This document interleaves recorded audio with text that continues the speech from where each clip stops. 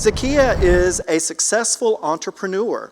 She is the CEO of Quest Media Training, a strategic communications firm that provides interview preparedness, strategic messaging, crisis communications, and public relations.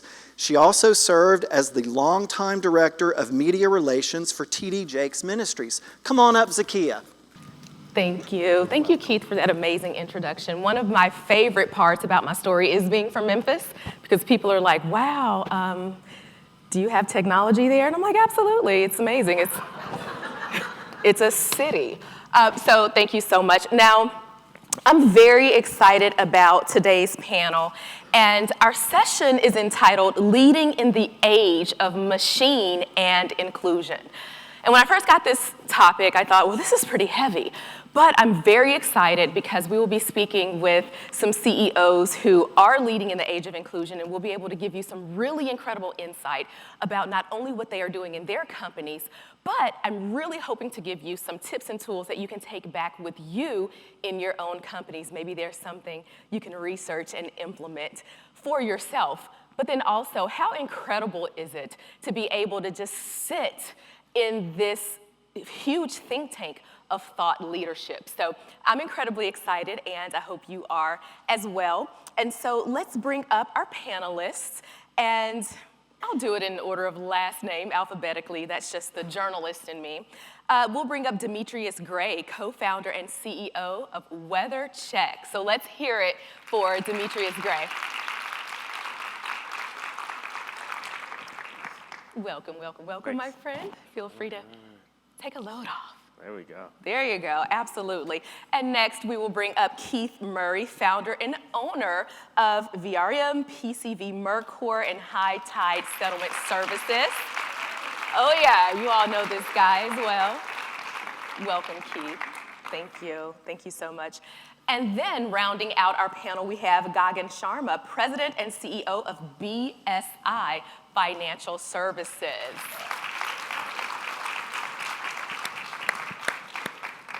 Excellent. Hello, welcome, Gagan. And I will take a seat here with my note cards. So, gentlemen, who's excited about the Dallas weather today? It wasn't too bad right now when I walked in. A little humid. A little humid? So the challenge is when you're follically challenged. You're follically challenged, okay. You don't get I'm much. going to use that one before. You don't get much opportunity to get warm or to have hot lights on you. So if you see me occasionally just dab my brow, it's not because I'm nervous. It's just because I don't have anything to put any brakes on up front. That's right. Well, I have all the brakes one could ever need, apparently, so maybe it's some sort of strategic share we do up here. We will both be really hot under these lights for two totally different reasons. Okay, excellent. So I want to jump right in and talk about leadership, but also fold in a bit of technology in our first question.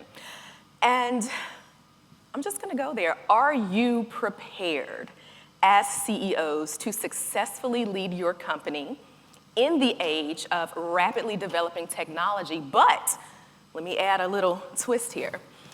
With an aging workforce and also a younger workforce coming in. So you've got generational considerations, but also a fast-moving, technologically advanced society. Are you ready to lead, and in what way? I will start with you, Demetrius. Yeah, so it's probably not a stretch for you guys to imagine that our workforce is young. Because we're in the technology space, we hire engineers, and it is a unique challenge to find females and people of color to do some of the more advanced level jobs that we have to do, whether it be in robotic process automation or computer vision. What's been really cool has been to actually identify those individuals who are out there trying to succeed in the space. And so I'm happy to say that we're an incredibly diverse organization. We have more engineers of any company in Louisville, Kentucky that are female, more engineers that are people of color. But it started with us really thinking about that and putting that front and center. also helps that we're the only black-owned meteorology company in the entire country. And so it kind of put us in this position where it was easy to kind of lead in that way from the start. Interesting, interesting. Keith, I'd like to toss it to you. You and I have had a chance to have an offline conversation, and you said something really compelling, that the younger associates mentor the older ones in some way. Can you unpack that a bit for us when you Sure. talk about leading in this age? So at the Real Estate Alliance, one of our suite of companies is PCV Mercor, which is an appraisal management company. For many of you know that the population of appraisers, many of them look a lot like me, and there's a conversation going on currently about how we're going to navigate the appraisal profession into the next century in terms of how we'll be able to get new entrants. Most of them are going into the technology services, and they're much more exciting, I think, to many. But what we found is that by leveraging our local universities, so in California, we partnered with Cal Poly Pomona to bring in millennials and Generation Zs to come in and assist. And what we're finding is that they're bridging the technology gaps that some of our older associates have.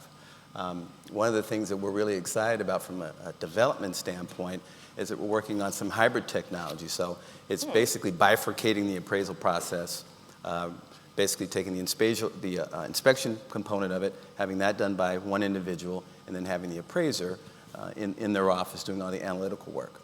And so we're finding some real benefits for that, and as a result, some scale. Very interesting, very interesting. Gagan, let's talk about leading your companies in this shift, aging workforce.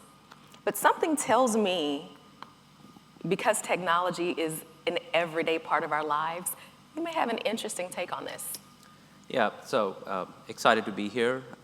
From a technology perspective, the way we think about it is, one is developing technology, and two is using of technology. In our workforce, we have to have some engineers who develop the technologies that we use, and then we have an organization that is focused on using that technology. In terms of being ready, I think it's a question as leaders we've got to say, okay, where are we taking our companies and what are we trying to do with it? And I think every business, no matter what the business is, has to have technology fairly central and core to what the business is trying to do. Some businesses are going to be more developers of technology, like Demetrius, and like Keith and I, we are a little bit more developers as well as users. Having appropriate training and support, especially for people who are older, who may or may not consider themselves as tech savvy, us as leaders providing them the support, whether that's through training, whether that's through support, whether that's through peer group, what have you, that becomes very important. The flip side that I would say is that, all of us as consumers are using technology in everything that we do. We use it to order food, to get on a plane, check the bank account, do everything. So it's, we find plenty of people across the age spectrum who are, as fluent in technology as the next. Gotcha. Well, and that's very inspiring as well, because all of you mentioned in some way that even those who may not be as proficient, there's a learning curve with any technology. And so it's not impossible to overcome that. So that's very fascinating. Okay, next question. Let's get into the daily operations, in a way, of the CEO. How do you stay on top of the latest tech trends available for the financial services industry? How do you do that? Well, for us, we're always looking for market efficiencies. So can we actually automate things that are really, really cumbersome right now? So part of what we did was created this system that processed weather data faster than any supercomputer in the continental United States by doing that on the back of Amazon, Google, and Microsoft all at the same time. And so what the result of that was really that we were using tools that were often in beta, right? These were first-time use sort of things, which is part of how we stay ahead of the curve. We're never really afraid to adopt the new technology that might be somewhat shaky, even on Amazon's tech stack. And so that's where we start. And so like our CTO right now is at the Amazon Mars conference where they're basically talking about, computer vision and AI and what SpaceX is going to do next and all these sort of things, because most people, you've heard the stories that most of our computing tech in terms of our cell phones came from the NASA's mission to Mars, right? And so that's where a lot of the tech starts. And so it really is the discipline area of whether you're in asset management or property pres that starts to help us gain insight on, hey, we should apply this tech to this specific area. And so, I think Mark Cuban here, I guess you guys got some Mark Cuban fans in the room probably. Oh, absolutely. Like he says that it's the liberal arts major that will rule the future because at the end of the day, the tech is just a tool. You need some sort of expertise in an industry or a sector. And so when we start talking about disruption and things like that, you don't really give too much consideration. What we're really looking for is guys like you who are experts that we can then apply the tech to, right, and help you kind of make your lives more efficient. Absolutely, absolutely. So, and I want to come back to one of the points you made, Demetrius. So let's put a pin in this because you made the point about still needing every single person in this room to make the technology useful. So we'll circle back and dig into that question. But Keith, I'd love to hear from you. How do you stay on top of the trends? Is it through networking? Is it through social listening? Is it through trial and error?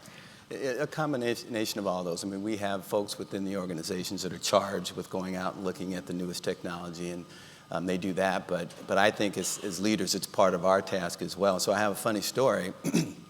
About 5 years ago, I was out with my kids and got a flat tire, and I had to call AAA, and had a great experience. And during that experience, they said, "Would you like me to send you a link so you can track the driver?" And I said, "Send a link to where, right?" Because I'm a baby boomer. So I said, "Send a link to where?" It's to your phone. I got this link. I hit it. I was able to find where the vehicle was, get an ETA. And so from that, I went back to our office and said, "Hey, it would be great if we developed a tool to be able to coordinate with borrower inspections." And so I'm really proud that PCV has a tool that when we get an assignment from a lender, we're able to simultaneously send out a link to a borrower and say, what 3 of these times would you like to have an inspection done? So it's allowed us to be very competitive, compressed turnaround times.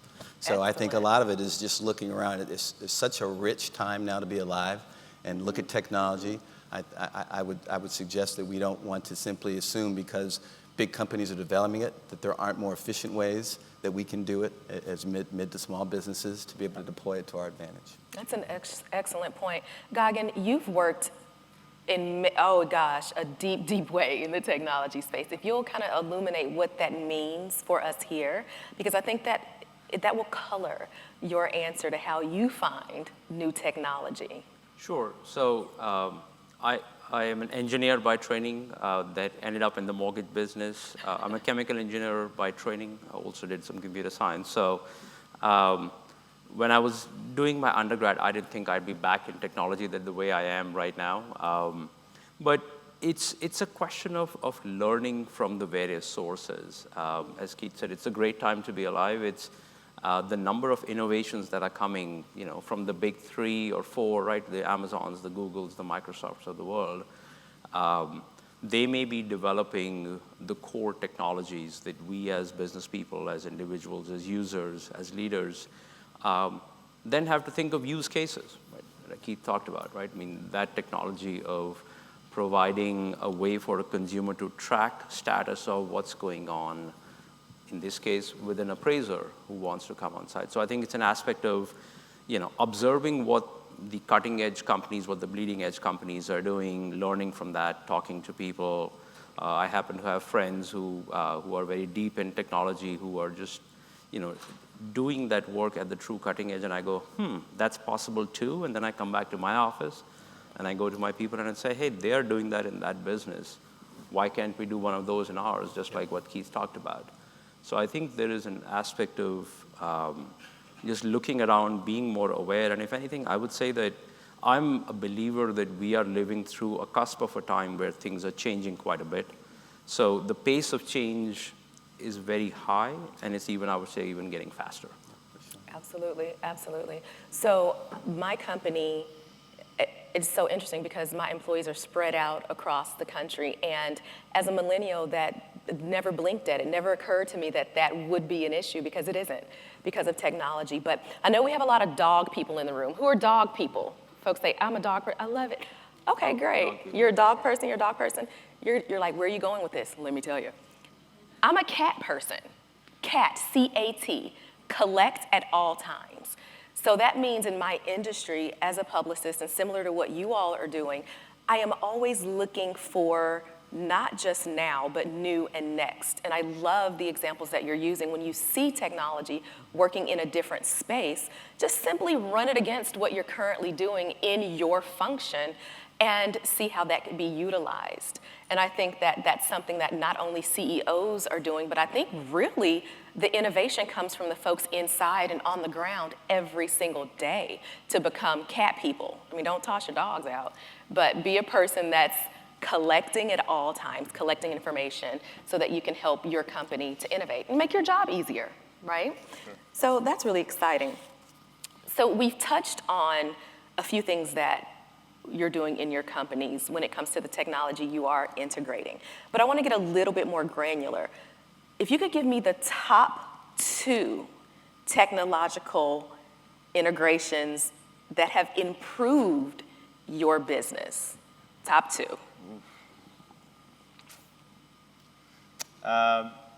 You told me to think about this, and I completely blanked.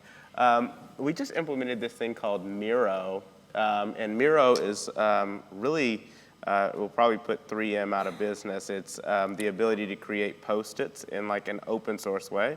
So our team was really struggling internally with, like, how does a process work? Like, what's the flow of how things go? And Miro really kind of allows you to really very quickly diagram and put Post-its everywhere and really talk about, okay, well, this goes to this, and then that goes to that, and then it's done. And graphically represent all of these sort of sometimes complex processes that might exist, but really boiling them down to, just, okay, here's what it actually is, the visual representation is for those processes that, for me, are somehow intuitive, right? I know them, I've been doing them for a long time, but for that new employee who's just now getting introduced to hazard claims or getting introduced to this new tech stack, it really did help. And so now I think we have something like, 40 or 50 Miro boards or something like that, that our employees are using to kind of reference. And so that was a big one. I think the second one was, there's a new email client out there called Superhuman. And it's by invite only, but if you see me after, I'll get you one. But it's basically to help you get to a zero inbox. Yeah. Sign me up. Lord, Right. yeah. Stop the panel right now. Yeah, so it helps you get to a zero inbox, but it's through using the keyboard alone, right? So, just getting through and moving things around very quickly and efficiently, and that's really helped me because I was terrible. If you sent me an email, it was going to take me a good minute to get back to you. Hello. So that was one of the big things, too. There you go. Awesome. Those are fantastic. Was that helpful to anyone? Yeah, that was excellent. Excellent. Thank you. Miro, M-I-R-R-O, M-I-R-O. MIRO.com. M-I-R-O. Yeah, MIRO.com. Awesome. I think it's free, too, so there you go. Oh. Yeah. No, seriously, we're going to take an intermission. I'm going to go Google this stuff and sign up. Yeah, it's free. Keith, what else can you offer to help us change our lives I today? have to ask him a question, though. So is jump in. 1 minute the standard for when you should be responding to an email? Or is that too much or too little? Well, that's like I'm too in much. deep trouble. No, I mean, it's like, I think they say 24 hours. Okay, 24 hours is solid. I'm good. Well, that's helpful. I was terrible. Really? Like, there are people still waiting on me to respond. I get that. I literally well, because people now communicate via email the way they do text messages. I've noticed that. Yeah. And especially being a journalist, people will be like, what time? And I'm like, first of all, good afternoon. Blah, blah, blah, blah. And I'm like, wow, we don't email like that anymore? Okay, that's fine. Yeah. So you're texting me in my inbox. Yeah. Have you experienced that? Like emails read like text messages? And people are like, I just emailed you. Okay, in the time it took you to walk down the hallway, I'm sorry, I'm emoting. Keith, can you tell I've been through some things? We digress. No, exactly. So in our businesses, we're very much about our customers' customer experience. Excellent. And so, and of course, we rely so much on our vendor partners that it's about their experience. So I mentioned earlier the app that we developed at PCB Mercor for scheduling. We also similarly have an app at VRM in the prop press space to facilitate the flow of information very quickly. Obviously, we're maintaining assets in communities, and we're all about the community not being aware that it's an REO asset, but it just happens to be a home in the community. And that means it's got to be maintained timely. If there are issues with it, they need to come to our awareness very quickly, and we need to be able to dispatch the proper partners out to remediate any issues that may be going on. So those are really our two. They're apps, and they're apps that are evolving. So in both cases, they were launched a couple years ago, and we have releases almost like the updates on your phone. That, you know, every month or so there's an update, and some of them are patches, but most of them are updates with new functionality. I have a question for you, Keith. What was the learning curve for your team when you're introducing these apps? Not as much as you would think. I think Gagan alluded to it when we talk about the expectation and the experience that we all have in society in terms of how we deal with technology. So the feedback was brisk and very transparent, which we appreciate. Some of it wasn't always great, but it's what you need to enhance your products. So the learning curve was not much at all. Excellent, excellent. Gagan, your top two. Top what has two. Revolutionized your business? So I think to us, the number one has been, just use of data. We are a servicer, so we service, mortgages, and in that, we produce a ton of data in terms of transactions and what have you on the loans that we service. Using that data has completely changed how we do business. We have a lot more transparency into what's happening on the loans. We can be much more accurate, much more precise, much more compliant in the way we do business. In that, we have transitioned to what we are calling an exception-based processing in our business, where we think our industry is at a similar point to, I would argue, what the manufacturing business was 70, 80 years ago, where our view and our vision is that a loan should essentially be on an automated assembly line, and a human being touches it when something goes wrong with the loan. Otherwise, the loan should just run through the system. The analogy I think of is you think of a car plant, right? 100 years ago, you had a human being pick up a car engine from one workstation and put it on the next one, and then Henry Ford came in and made the assembly line. And then now those things have gotten progressively more automated. I would suggest and argue to you that that's what our business needs to do, is we need to learn from what the manufacturing business did 20, 30, 40 years ago and just apply it to our business. Very interesting. To dovetail off of your point, Gagan, I'm going to jump ahead a little bit because obviously we lead in very people-facing industries. And you just mentioned automation. Sure. Okay. And we are so used to the Uber model. We're used to the Amazon model.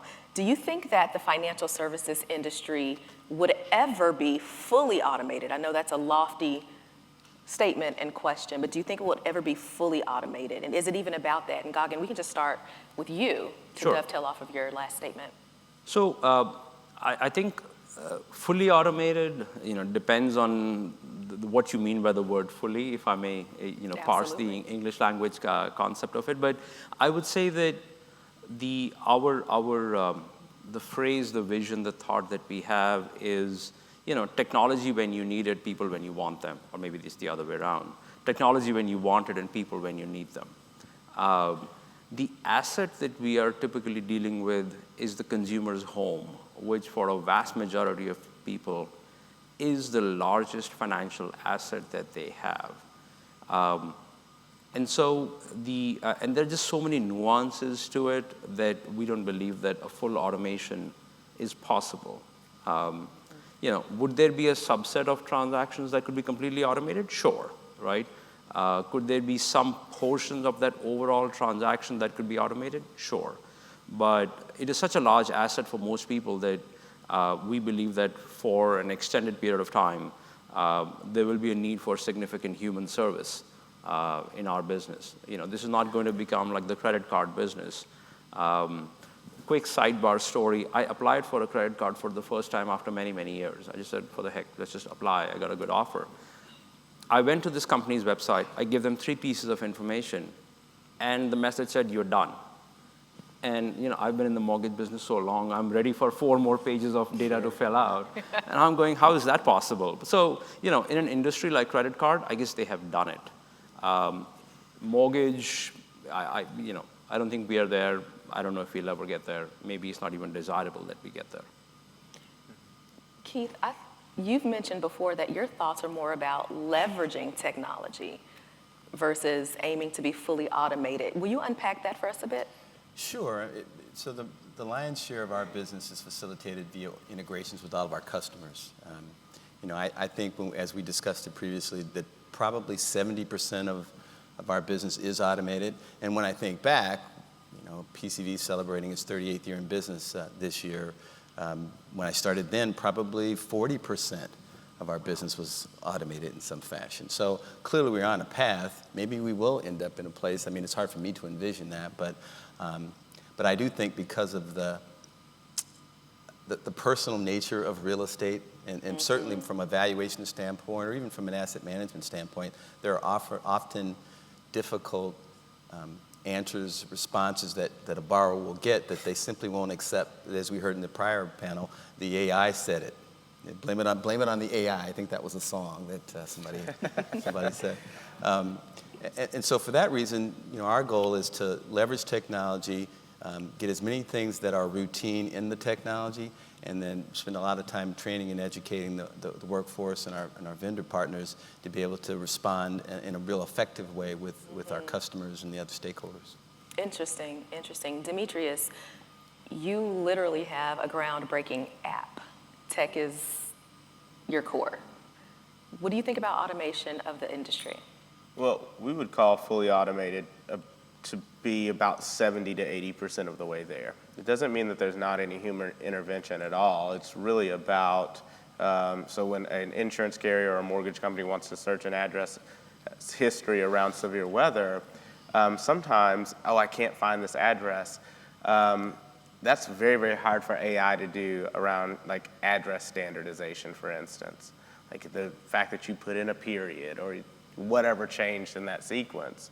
And so somebody actually physically takes that address and works on it themselves, still in our system. That is the remaining 20%. For the vast majority of the millions of properties that we analyze every single day, they go off without a hitch. And so it really is, doesn't mean that the machine does every single solitary thing. Even the largest brands that you might know and love, they're an application, are still triaging certain requests manually. So Airbnb and Dropbox and others. And so I don't think we'll ever get to 100%, just because we're picky, right? And every user experience isn't the same. And so we always have to leave room for those off chances and those weird cases. And inevitably, they're going to be there. And ultimately, trends change. The thing you want today might not be the thing that you want tomorrow. And so it doesn't make much sense for us to automate to 100%. Until there's some clairvoyant AI out there, and I'm sure that's on its way. so. Would not be surprised. Now, we know a big part of the CIF's mission is obviously diversity, inclusion, and we're fortunate enough to layer in technology and expertise. But I want to now combine our conversation. We've had some incredible tech talk. And we're a diverse panel, and our room is incredibly diverse. But now let's go inside of the companies and connect it to technology. D&I, obviously, it's a now topic. But is there a way that technology helps companies to be more diverse and have more inclusion? Is there a direct correlation? And actually, I'd love to start with Gagan. Okay. Yeah. So I think the answer is yes. Technology can definitely help. Like most things, one has to be careful of certain downsides that may come with it. But let me first focus on how it can help. From a technology perspective, it makes the process, more consistent. It reduces the possibility of somebody kind of misinterpreting the data, putting some bias in the data, and what have you. So technology provides, we believe, a degree of consistency. It also provides greater transparency. So if there is a bias, it makes it easier to identify and stop the bias as well. So I think that's how it can help. Like I said, like most things in life, there are, negative side effects that one has to be aware of, and one has to adjust for. One aspect is how does one make sure that the people using the technology are adequately trained to use that well, that doesn't introduce an inadvertent bias in the process. And then the kind of the newer thing around AI and machine learning is how does one make sure that these algorithms don't inadvertently produce bias?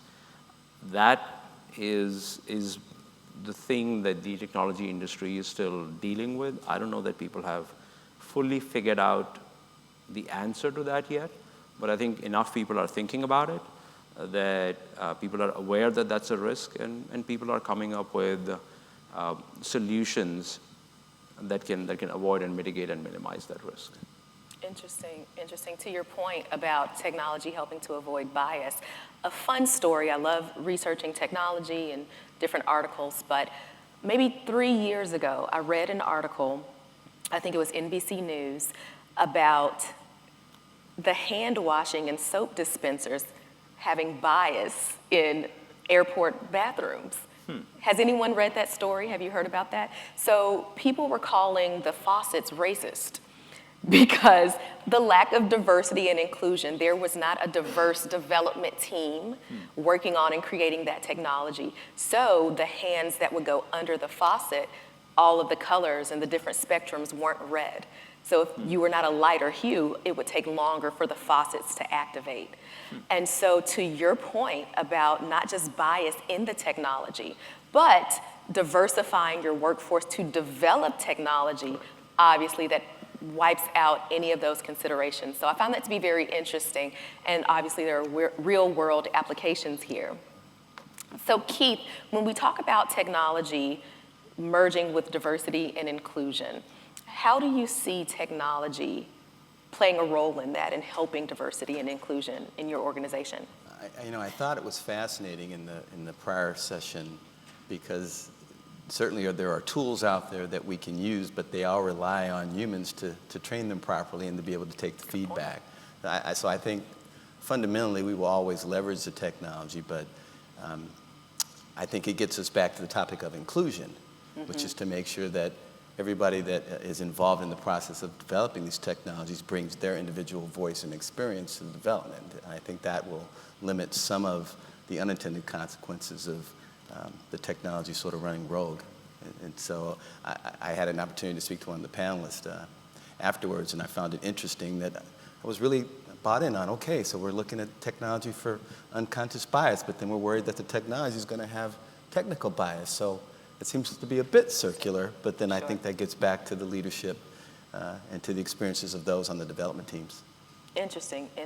Demetrius, diversity and inclusion and technology, how do those two segments interact? Well, ultimately I'd say that, first of all, we've come a really, really long way. I think the tech that we've seen thus far has done some really interesting things. And so I think most notably, I was in Nashville, Tennessee over the weekend, and the sheer number of teenagers that I saw riding around on Lime bike scooters, even giving access to someone who's under the age of 16 to the ability to travel more quickly is a form of inclusion. And so those are the sort of things that I think are really promising about the stuff that we've seen so far. I think that it really does take still, a diverse group of people, a diverse group of experiences, a diverse age range to really come up with the solution.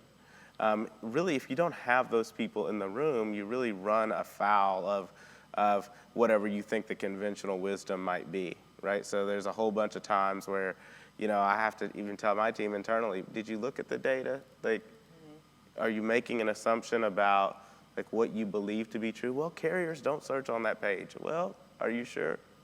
And so it's really about making sure that we're not necessarily speaking for the voice that isn't there, but going and getting that voice, Getting that voice, I love that. So for me, it's essential. Like, we couldn't do what we've done so far without a really wide array of people who speak from a lot of different backgrounds. So, let's just ask another lofty question. Is true diversity and inclusion possible? Keith, I'd love to come to you on that one. Well, I'd pair Gagan and ask about parsing the word true, but exactly. my answer is yes. And I think it starts with a commitment from the leadership, from the culture within your organization. And then taking that and creating a roadmap. I mean, I'm really proud of the organizations that I've been blessed with the opportunity to lead, that we've been able to get a collective group of people together that are like-minded around the task of being inclusive, and not just in our recruiting practices and training of associates within our companies, but also with those that we are able to partner with. And so, to that end, we, on the VRM side in particular, when we talk about initiatives and things that we're doing, we have a Go Local initiative that has allowed us to sort of go past regionalized companies, but going right to the source to find providers that are located within communities. And we have a belief that if you're working and you're living in a community that you deliver services, that you have a different calling about how you deliver those services. If it's on a property that you're preserving that's in your neighborhood, or a property that you're valuing or listing or selling, that you have an additional interest in that. So we're excited about the opportunities that we have in that area. Fantastic. I like what you elevated a bit about the team. It's a measurement. It's intentional. And so, Gagan, I'd like to come to you. Same question. Is true, and I like to throw in these words to get the pressure cooker going, but do you think true D&I is achievable? And to fold in a bit of what Keith was saying, what measures do you have in place? So two thoughts I would say. One, D and I are two distinct items. One is necessary before you get to the other, but one is not sufficient, right? So first one has to have diversity, and then one also has to take the next step of doing inclusion as well. And so I think that's something that, as leaders, as Keith said, it has to come from the top. That are we doing the things that lead to both diversity as well as inclusion? Is it possible? If I may use another analogy, getting to true D&I is like being healthy and eating good food every day, right? All of us can always get better at it, right? Somebody talked about eating cake because that was so good, and so it's one of those things that it's every day. You got to get up, you got to get yourself committed. Daily effort, yeah. And you got to say, what, I did X, I did better. Tomorrow I'm going to do even better, and then tomorrow I'm going to do even better. How one does that, I think how one measures that, I think it's an aspect of just looking around the table and seeing, how is one, what kind of a team is someone creating? Does the team reflect the values, the vision of the leadership that we have? It is in ways big and small, and truly, I think I would really like to stress on the inclusion aspect of things, that it is very important for us as leaders to really have that inclusion, to make that pull effort with the diversity that we build in our respective teams. I think both of those things are equally important. I love that. I love the idea as well as look around the table, take your own measurements about the diversity and inclusion in your organization. And I would like to add to that as you look around the table, look deeper and inside of the person, because diversity and inclusion, and when I say true, I'm thinking of a couple of different metrics that we won't have time to get into today, but it's some things that Cheryl Travis Johnson has illustrated throughout the times that she would share. But to me, it's also different cultural experiences, different backgrounds. And so there may be a person next to you that may look like you, but that may have a completely different experience. And so I think that's a part of reaching D&I as well. It's deeper than what my eyes can see, and I know all of us agree about that here because we've had that conversation. Demetrius, I'll round this question out with you. Is D&I achievable? Gagan is, he's helping us understand it's a daily process. But what measures do you have in place in your company to move that needle? Well, first I think it is possible. Okay. I think that it starts with the leadership, but I also think it starts with creating cultures where people can speak freely and they feel heard, right? So we start with a 15-minute meeting every single day where in organizational teams, really it's not about that senior leader speaking out or, chief legal officer banging his hand on the table or CTO. It's really more so the team saying, okay, here's what I think about what we've just done or what we're about to do. And then the ability for those senior leaders to then listen. And I actually just had this conversation with one of them last night, that that's your chance to listen and to hear from the team in terms of what's happening on the ground. And that's where you're really gonna get some real deep value. But if you don't have a culture where people can be heard, it doesn't go well either way, whether your team is diverse or not. Interesting. So would you say that is one of the biggest parts of inclusion is listening and then taking that listening into implementation? That's exactly it. I think some of the best insights that we've had so far were instances where somebody was saying something a long time ago, but we didn't hear it until we really said, oh, maybe we should bring that particular customer persona into our midst, or maybe we should bring that particular, employee, to the forefront. It was really about hearing the thing and then really implementing from there. Interesting. Let's round this out because forward movement is critical. And while we have this think tank, let's go there. What is next? What is next for your companies, especially as it relates to technology? Well, Yeah, sure, just jump in. Yeah, so for us, we're continuing to deploy new peril. So any sort of those weather-related work orders that you're getting from us, we're the folks that kind of drive those on the back end for a number of asset managers and servicers throughout the country. And so we're continuing to deploy new peril so you have more premise-specific data.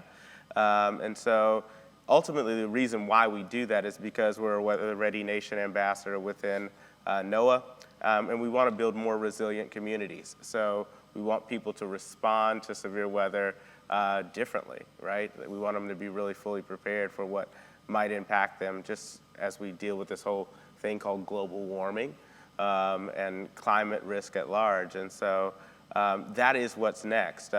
More prompting, more really user-specific action that helps you know what to do next. Interesting. Okay. Nice. Keith, what is next, especially with technology in your family of companies?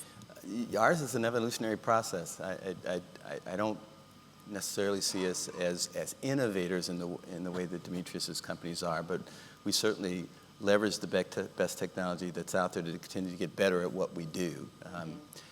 We've introduced an initiative in California we call Project 49er, and that's in partnership with Cal Poly Pomona, their AI technologies group, to basically mine through 10 years of data that we have within our company to find patterns. I mean, we believe we know our businesses very well, but we suspect that there's data and relationships that exist in our data that may give us some hints on things that we don't know. And so that's an ongoing initiative. We're bringing it to VRM soon as well, having sold as many assets that we've sold over the last 10 years. There's so many combinations of decisions that we make. We track, and we like to joke, we have 10 reports for every FTE within our companies, but we think there's even more data points that we can glean really useful information on to make us smarter in the future. Interesting. What about also things that would be helpful day to day? Are there different camera technologies or other things that you're looking into? Sure. So I mentioned the modernization of appraisals, basically separating the inspection piece from the valuation piece. A lot of that has to do with how we can gather more information on the physical condition of the property. And so with that said, we've been looking at some 3D photo technology to be able to in a more efficient way, scan the property, get as many details as possible that then would be communicated back to the appraiser. Demetrius and I were talking about some drone technology as well that we might be able to leverage. Excellent, excellent. Gagan, what's next on the technological front for your companies? So to us, we think of technology as a way to eliminate friction in the process, whether that's for the consumer, whether that's for our client, whether that's for our associate. So it's a lot about using data and digital technologies to really eliminate friction.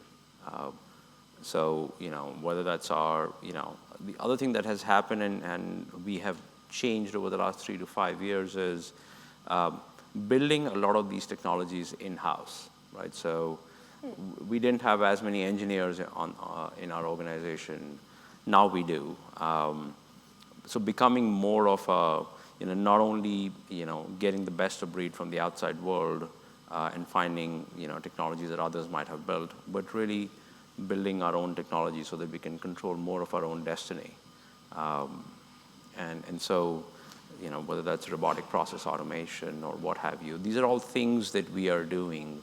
But it's at the end of the day, as I look at the top level, it's all about the business cases. How do I eliminate friction in the process? How do I make it simpler, easier to do business with us?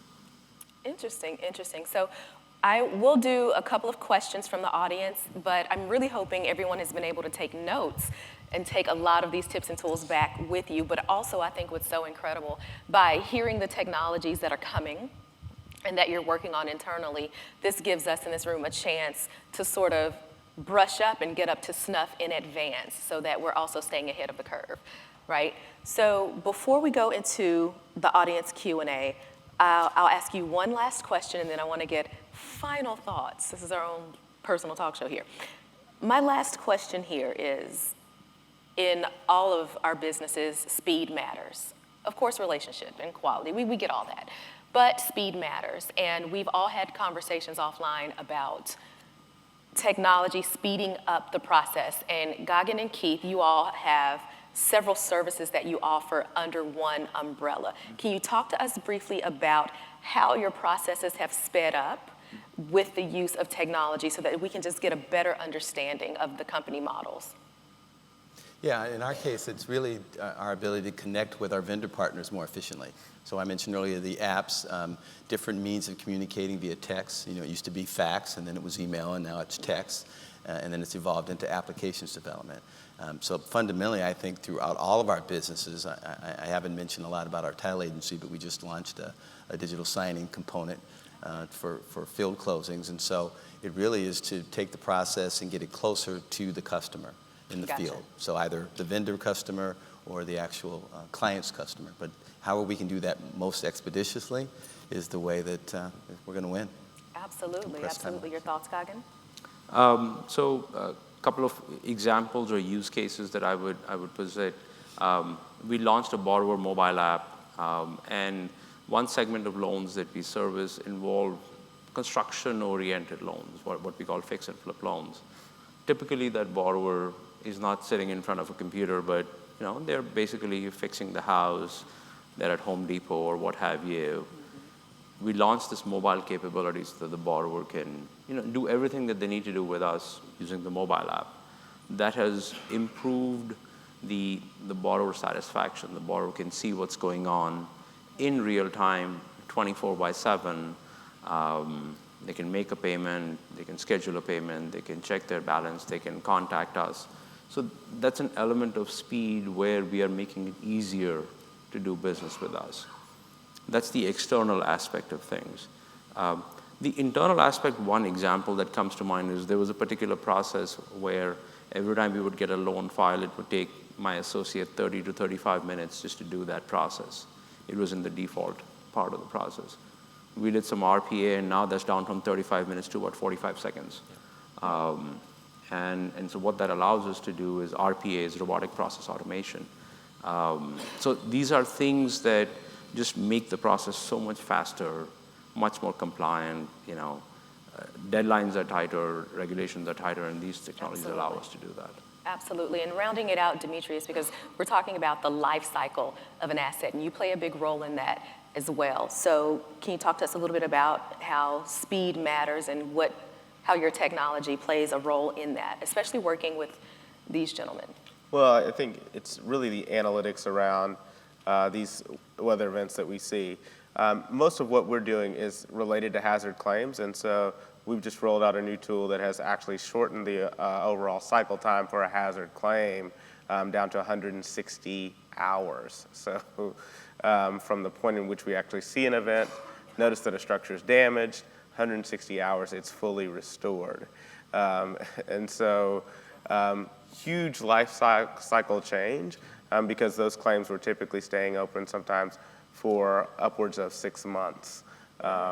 And so the total scope and scale of hazard claims is something like $300 million in recoveries annually from all the investors. And so it really means that we can move that cycle faster, get the house back on the market, do what we need to do, and keep things moving. And it's often an interesting sort of point. It shows that actually now the mortgage industry can move faster than the actual private sector because, try to replace a roof on your house after a hailstorm, that's going to take you a little while.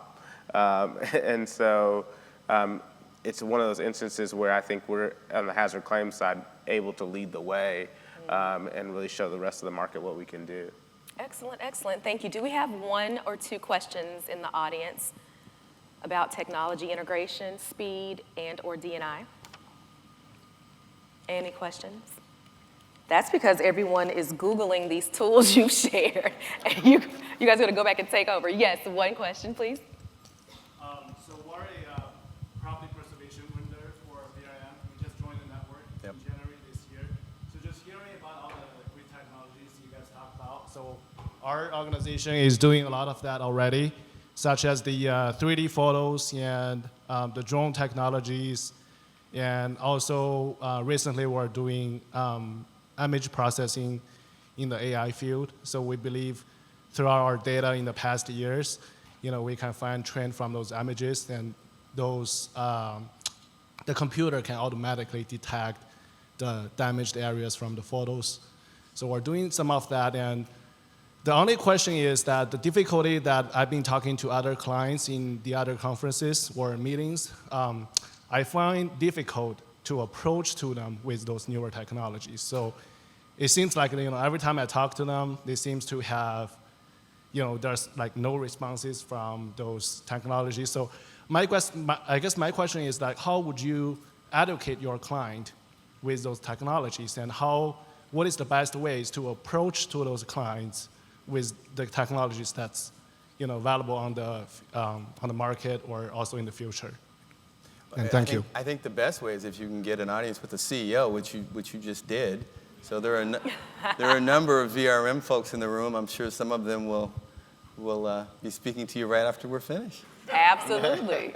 Done and done. Do we have 1 last question? If I may add one please, aspect. absolutely. On that question, we tend to be users as servicers of that technology, of that output from an inspection side. Being able to give us a business benefit of that, right? I mean, that's something that I tell my internal staff as well.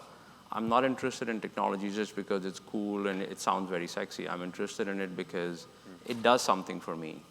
And to be able to convert that into a business benefit, to say, because of this, I do this, that I would say that would be something useful. Otherwise, it's just like, okay, there are lots of cool technologies out there. Having one more, what does that do for me? That would be my only advice that I give my internal staff, and I would give to you as well. Right. And also on the other note, you guys mentioned the idea of, what's your ETA? That example you described of, when you call it AAA.